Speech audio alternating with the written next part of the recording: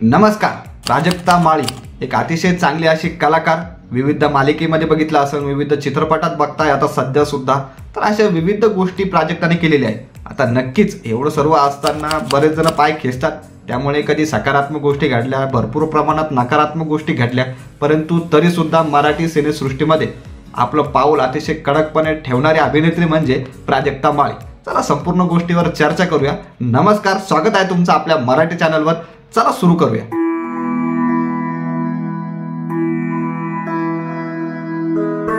प्राजक्ता माळी आपल्याला विविध मालिकेत दिसतीये, सध्या विविध चित्रपटामध्ये दिसतीये, वेब सिरीज मध्ये दिसतीये. आता खरी जी ओळख मिळाली ती महाराष्ट्राची हास्य जत्रा या शो मधून. महाराष्ट्राची हास्य जत्रा हा अतिशय फेमस शो. तिथे अँकर म्हणून प्राजक्ता माळी आहे आणि भरपूर वर्षापासून तिथे ती काम करते आणि अतिशय चांगला असा गाजलेला शो आहे. इथलचे जे कलाकार आहेत ते भरपूर फेमस झाले. त्यानंतर प्राजक्ताने भरपूर चित्रपट देखील केले, भरपूर वेब सिरीज केल्या. आता चित्रपटाची नावे सांगत झाली तर भरपूर आहेत, परंतु आपण ते सुद्धा बघूया. तर प्राजक्ताने भरपूर चित्रपट केलेले आहे, परंतु त्यामधला सर्वात आवडता माझा चित्रपट सांगत झाला म्हणजे प्रेक्षकांना पण भरपूर आवडला तो म्हणजे हम्पी हा चित्रपट. हम्पी या चित्रपटात आपल्याला सोनाली कुलकर्णी आणि प्राजक्ता माळी ही जोडी दिसली. म्हणजे अजून भरपूर कलाकार आहेत, परंतु अतिशय चांगली स्टोरी आहेत, अतिशय चांगले गाणे सुद्धा आहेत काही. तर हा चित्रपट सुद्धा मराठीमध्ये भरपूर गाजला. त्यानंतर सांगत झालं तर लॉकडाऊन हा चित्रपट सुद्धा प्राजक्ताने केला. आता या चित्रपटामध्ये अंकुश चौधरी आणि प्राजक्ता माळी ही जोडी आपल्याला दिसली. लव्ह स्टोरी आहे, नक्कीच लव्ह स्टोरी आहे, परंतु अतिशय चांगली ही स्टोरी होती. हा चित्रपट सुद्धा भरपूर गाजला होता. तर अंकुश चौधरी दुनियादारी मधला यांच्यासोबत ही जोडी म्हणजे अतिशय चांगला हा चित्रपट होता. पुढचं सांगत झालं तर चिकी चिकी बुबुम बूम हा चित्रपट. चिकी चिकी बुबुम बूम हा चित्रपट प्रसाद खांडेकर यांचा, म्हणजे जे महाराष्ट्राच्या हास्य जत्रामध्ये सुद्धा कलाकार आहेत त्या दादाचा. तर अतिशय चांगला कॉमेडी चित्रपट आहे हा. आणि यामध्ये भरपूर कलाकार हे महाराष्ट्राची हास्य जत्रामधलेच होते. भरपूर चित्रपट चांगला कॉमेडी होता आणि त्यामध्ये सुद्धा आपल्याला प्राजक्ताची ऍक्टिंग, अभिनय आपल्याला अत्यंत कडक दिसला. त्यानंतर सांगत झालं तर पांडू या चित्रपटात सुद्धा अतिशय चांगला कलाकार भाऊ कदम यांच्यासोबत होता. पुन्हा सोनाली कुलकर्णी होती, कुशल बद्रिके होता आणि प्राजक्ता माळी सुद्धा होते. तर भरपूर चांगला हा चित्रपट होता. पांडू हा चित्रपट भरपूर गाजला.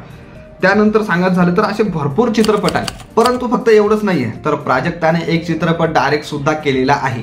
हो, अतिशय चांगला असा हा चित्रपट आहे. स्टोरी सुद्धा चांगली होती. तर त्या चित्रपटाचं नाव म्हणजे फुलवंती. तर फुलवंती हा चित्रपट प्राजक्ताने हा डायरेक्ट केलेला आहे. या चित्रपटामध्ये प्राजक्ता माळी आणि कश्मीर महाजनी हे आपल्याला मुख्य भूमिकेत दिसतात. कलेवर आधारित हा संपूर्ण चित्रपट आहे. चित्रपट हा ठीकठाक चालला, परंतु या चित्रपटामध्ये अतिशय चांगला अभिनय आहे दोघांचा सुद्धा. म्हणजे अजून सुद्धा भरपूर मोठमोठे कलाकार या चित्रपटामध्ये आहे. जसं की सांगत झालं तर प्रसाद ओक हे सुद्धा या चित्रपटात आहे. चेतना भट, सुखदा खांडेकर, क्षितिज दाते, स्नेहल तरडे हे सुद्धा या चित्रपटात आहे. परंतु अतिशय चांगला हा चित्रपट आहे. कथा सुद्धा चांगल्या आहेत, गाणे सुद्धा या चित्रपटाचे गाणे सुद्धा भरपूर चालले. ते प्राजक्ताचा जो डान्स आहे तो सुद्धा या चित्रपटात आहे आणि तो सुद्धा भरपूर गाजला. तर एकंदरीत सांगायचं झालं तर हा चित्रपट सुद्धा अतिशय गाजला होता. आता यामध्ये जर बघितलं तर भरपूर मोठमोठे प्रोजेक्ट हे प्राजक्ता माळी हिने केलेले आहे. आता एवढे मोठ्या मोठ्या गोष्टी घडल्या तर नक्कीच नकारात्मक सुद्धा भरपूर गोष्टी घडल्या, भरपूर प्रकरणं घडली. जर पहिलं प्रकरण धरात झालं तर सुरेश धस यांनी प्राजक्ता माळी याचं नाव घेतलं होतं. त्यानंतर भरपूर हे मोठं प्रकरण झालं होतं. त्यानंतर सुरेश धस यांनी माफी सुद्धा मागितली होती त्या गोष्टीची. तर हे प्रकरण सुद्धा भरपूर मोठं म्हणजे प्रसारित झालं होतं. त्यानंतर सांगत झालं तर नाशिकमध्ये प्राजक्ता माळी यांचा एक कार्यक्रम होणार होता, तो सुद्धा एका वेगळ्या कारणास्तव रद्द करण्यात आला होता. ते सुद्धा मोठी गोष्ट झाली होती, माध्यमांमध्ये ती गोष्ट पसरली होती. तर अशा भरपूर गोष्टी ह्या घडलेल्या आहेत. आपण जर बघितलं तर वेगवेगळ्या गोष्टींवर, प्राजक्ताच्या वेगवेगळ्या गोष्टींवर चर्चा नेहमीच होते. पहिली गोष्ट जर सांगत झाली चर्चेची तर रिलेशनशिपबद्दल, प्राजक्ताच्या वेगवेगळ्या रिलेशनशिपबद्दल सुद्धा चर्चा होण्यात आलेल्या आहेत किंवा होत्या भरपूर अजून सुद्धा. तर त्यानंतर जर गोष्ट सांगत झाली तर तिच्या संपत्तीबाबत सुद्धा, प्राजक्ताच्या संपत्तीबाबत सुद्धा वेगवेगळ्या बातम्या समोर येतात. आपण सुद्धा एक व्हिडिओ टाकला होता मध्ये. तर अशा म्हणजे त्यांनी जे फार्म हाऊस घेतलं, प्राजक्ताने फार्म हाऊस घेतलेलं होतं, तर त्याचे सुद्धा व्हिडिओ समोर आले होते, फोटो समोर आले होते. त्यामध्ये सुद्धा वेगवेगळे रुमर्स अफवा पसरल्या होत्या की एवढ्याला गेलेलं आहे किंवा याच्याकडून पैसे, त्या गोष्टीचे पैसे घेण्यात आले. तर यावर सुद्धा भरपूर चर्चा रंगली होती. त्यानंतर प्राजक्ताने एक नवा ब्रँड सुरू केला होता दागिन्याचा. त्याचं नाव प्राजक्ता राज असं ह्या दागिन्याच्या ब्रँडचं नाव आहे.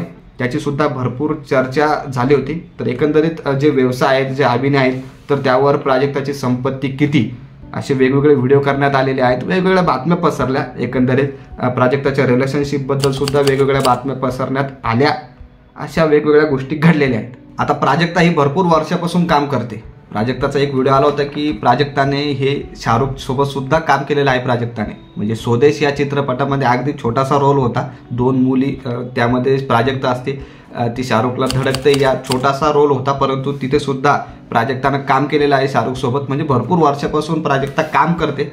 तर नक्कीच निगेटिव्ह गोष्टी घडतच राहतात, परंतु जेवढी प्रसिद्धी प्राजक्ताला मिळायला पाहिजे होती नक्कीच तेवढ्या प्रमाणात तरी तिला मिळाली नाही आहे. भरपूर चित्रपट तिने केले आहेत, भरपूर मालिका सिरियल गोष्टी ज्या आहेत ते भरपूर केलेल्या आहेत.